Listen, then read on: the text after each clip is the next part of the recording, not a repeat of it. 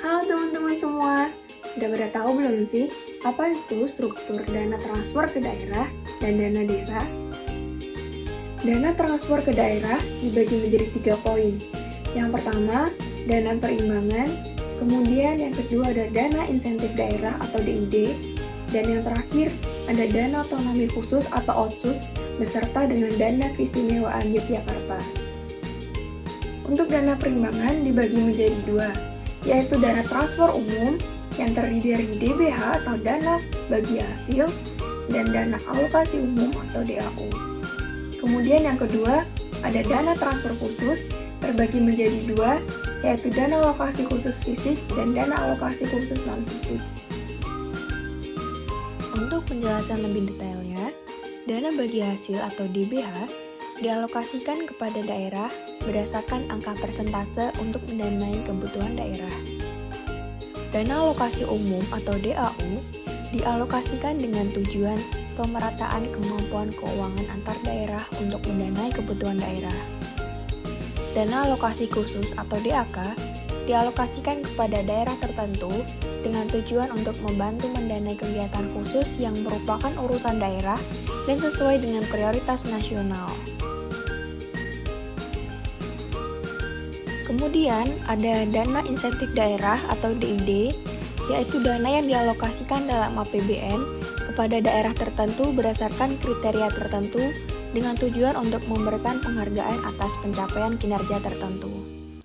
Besaran DID ini ditentukan oleh kriteria utama dan kategori kinerja. Dana otonomi khusus atau OTSUS merupakan dana yang dialokasikan dalam APBN untuk membiayai pelaksanaan otonomi khusus suatu daerah. Dana OTSUS ini teruntuk 3 provinsi, yaitu Provinsi Papua, Provinsi Papua Barat, dan Nanggro Aceh Darussalam. Dan kemudian dana keistimewaan DIY, sesuai dengan namanya, merupakan dana yang dialokasikan dalam APBN untuk penyelenggaraan urusan keistimewaan daerah istimewa Yogyakarta sebagaimana ditetapkan dalam UU Nomor 13 Tahun 2012 tentang keistimewaan DIY. Selain dana transfer ke daerah, terdapat istilah dana desa, yaitu dana yang bersumber dari APBN yang diperuntukkan bagi desa yang ditransfer melalui APBD kabupaten kota dan digunakan untuk membiayai penyelenggaraan pemerintahan, pelaksanaan pembangunan, pembinaan kemasyarakatan, dan pemberdayaan masyarakat. Penganggaran dana desa dilakukan oleh DJPK dengan menyusun indikasi kebutuhan dana desa. Krisis ekonomi 1998 memicu reformasi keuangan negara di Indonesia, termasuk dalam hal perimbangan keuangan pusat dan daerah.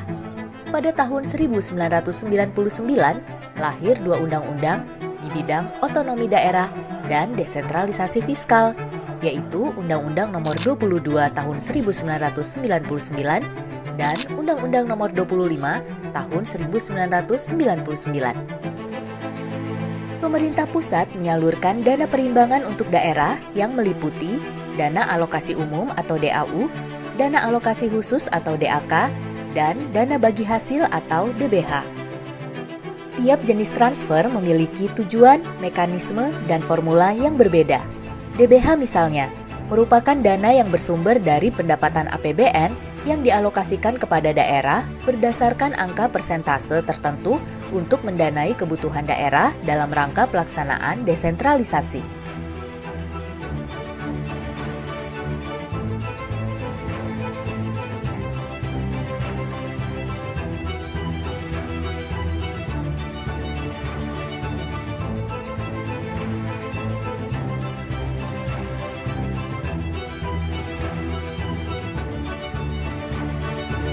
Untuk memperkuat desentralisasi fiskal dan mewujudkan kesejahteraan masyarakat, penyempurnaan regulasi dilakukan melalui Undang-Undang Nomor 1 Tahun 2022 tentang hubungan keuangan antara pemerintah pusat dan pemerintah daerah atau UU HKPD. UU Nomor 1 Tahun 2022 tentang HKPD sendiri terbit pada tanggal 5 Januari 2022 yang rumusan turunannya mulai diberlakukan pada tahun anggaran 2023. Ada 2 tujuan besar dari UU HKPD, Yang pertama, mencapai kesejahteraan masyarakat secara menyeluruh, dan yang kedua, meningkatkan pelayanan publik antar satu daerah dengan daerah yang lain dengan menurunkan ketimpangan sosial antara pusat dan daerah dan secara horizontal antar sesama daerah. Salah satu poin penting dalam Undang-Undang HKPD adalah redesain pengelolaan transfer ke daerah termasuk redesain DBH.